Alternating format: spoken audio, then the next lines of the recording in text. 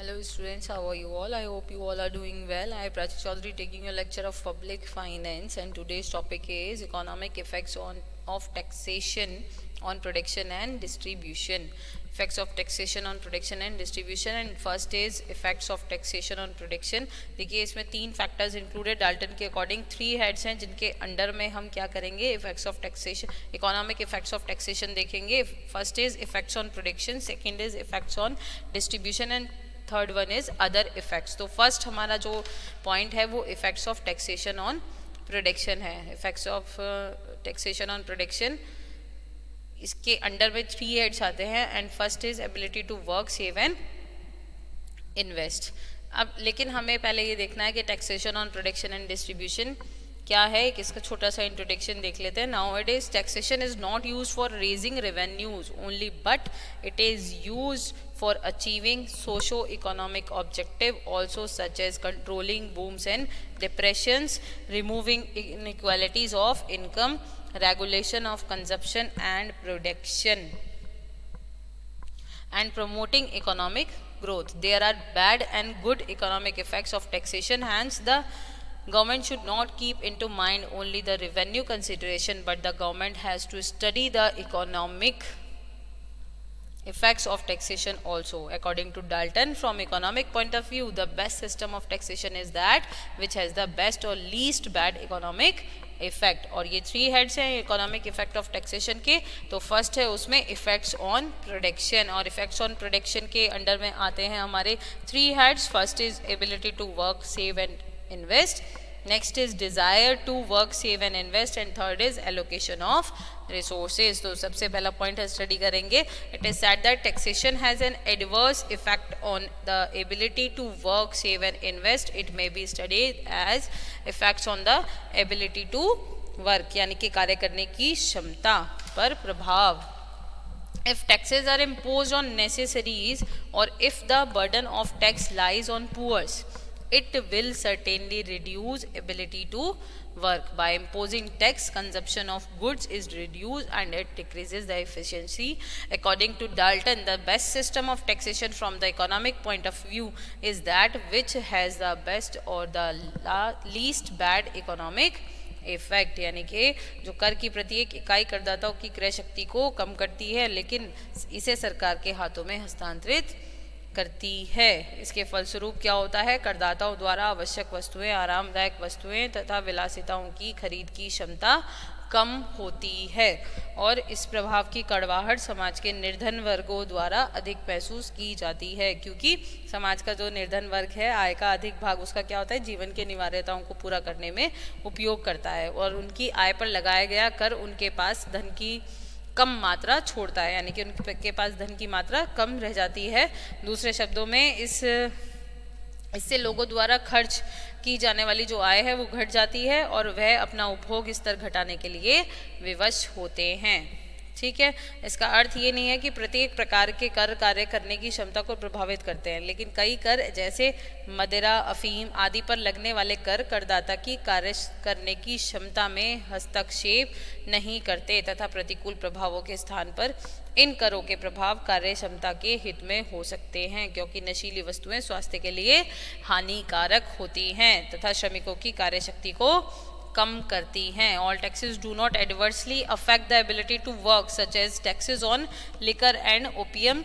The consumption of these articles is harmful to the health and efficiency of workers. Hence, taxation on liquors and opium may have positive effect on consumption. ये था हमारा ability to work. Next आता है हमारा effects on ability to save. और generally taxes reduce the ability to work and save of the people. Savings are dependent on 2 factors. The first one is income of the person and the second one is expenses of the person. बिल्कुल सही बात है, saving जो होती है वो 2 factors पर depend करती है. एक तो पर्सन की इनकम क्या है उस पर और दूसरा उसके एक्सपेंसेस क्या हैं उस पर, क्योंकि टैक्सेस जो होते हैं increase the price of goods and it reduces savings. Tax क्या करते हैं, गुड्स के प्राइस को इंक्रीज कर देते हैं और हम जो सेविंग्स होती हैं उनको रिड्यूस कर देते हैं. Accumulation of capital is reduce and it has adverse effects on production. If taxes are imposed on poors it will have bad effect on ability to save. Ability to save is reduced the taxes on persons who have any margin of income. ठीक है, जिनके पास कोई margin होता है income का. This ability to save is not affected when taxes are imposed on such persons where they have no margin to save. Thus, heavy taxation on rich reduces their ability to save. Ability to invest depends on the amount of savings. When savings are reduced by taxation, ability to invest is automatically reduced. जब saving reduce हो जाती है किसकी वजह से, taxation की वजह से, तो जो इन्वेस्ट करने की एबिलिटी होती है, क्षमता होती है, वो भी ऑटोमेटिकली रिड्यूस हो जाती है. और अकॉर्डिंग टू डाल्टन, जो इन्वेस्टमेंट है, डाल्टन ने कहा है ability to invest depends upon the resources available for investment. It is clear that they are reduced by taxation. देखो, जो कार्य करने की बचत एवं निवेश करने की जो इच्छा है, उसमें कार्य एवं बचत करने की क्षमता पर करारोपण के प्रतिकूल जो प्रभावों को विस्तृत रूप देना बहुत सरल है, लेकिन करारोपण और कार्य और निवेश के लिए प्रोत्साहन के बीच संबंध, अर्थात कार्य करने, बचत और निवेश के बीच संबंध दर्शाना कठिन होता है, मुश्किल होता है. और शॉर्ट में कहा जाए तो लोगों के कार्य करने, बचत और निवेश करने की इच्छा पर करारोपण के प्रभाव आंशिक रूप में करों के मौद्रिक प्रभाव के कारण तथा आंशिक रूप में करदाताओं की मनोवैज्ञानिक स्थिति के कारण होते हैं. यानी कि क्या होता है, पार्टली होते हैं, है ना. जो the purpose of taxation is economic welfare of the country and while evaluating the effects of taxation the effects on public expenditure should be evaluated.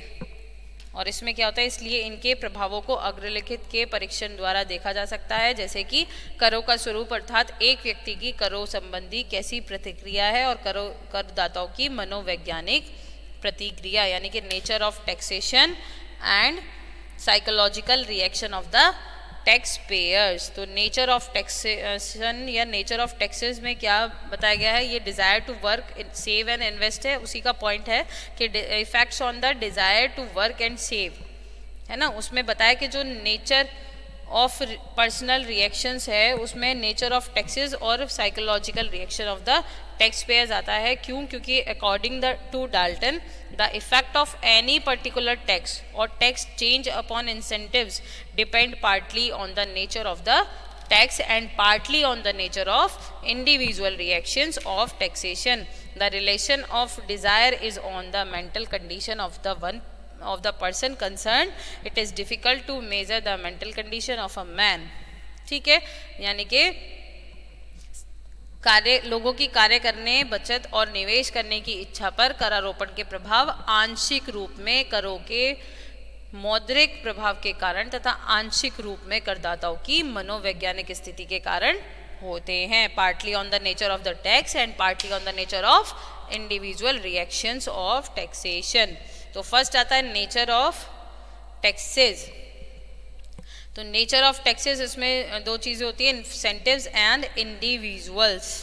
ठीक है. Generally the ultimate purpose of taxation is to induce people to work hard and to save more, but some taxes have least effect on the desire to work and save, while some taxes have distorting effects. For example, taxes on windfalls will not affect the desire to work and save. A tax on monopoly profit will have neutral effects on desire to work and save. यानी कि एक व्यक्ति प्राय अर्जित की गई आय से कर देता है. कर की प्रत्याशा तथा प्रदत्त आय से इसे चुकता करने की आवश्यकता एक व्यक्ति को कठिन परिश्रम के लिए उत्साहित कर सकती है, ताकि क्या हो, वह बचत में से कर का भुगतान करके वही शुद्ध आय प्राप्त कर सके.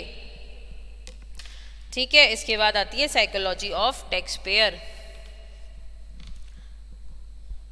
जो प्रोफेसर पीगू हैं, प्रोफेसर पीगू ने कहा है, called psychological reaction of the tax payers as the announcement effect of taxation. When a tax is announced, the taxpayer feels that it will reduce his income and his psychology may affect the desire to work hard and save more.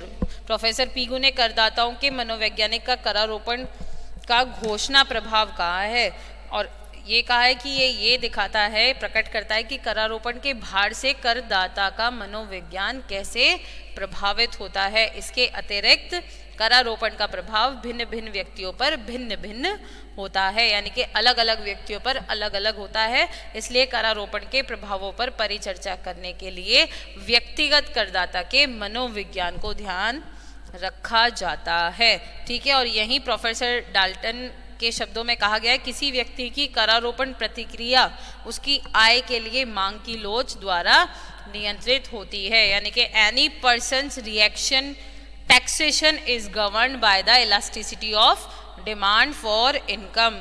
ठीक है, यानी कि अगर आपकी जो demand है वो elastic होगी या इनइलास्टिक होगी तथा जो इकाई लोच हो सकती है, यानी कि जो इलास्टिक हो सकती है, इकाई लोच हो सकती है जब प्रत्याशित आय पर कार्य करने और बचत करने की इच्छा वही रहती है, तो उसे मांग की इकाई लोच कहा जाता है। ये आपने elasticity of demand and supply में भी पढ़ा होगा।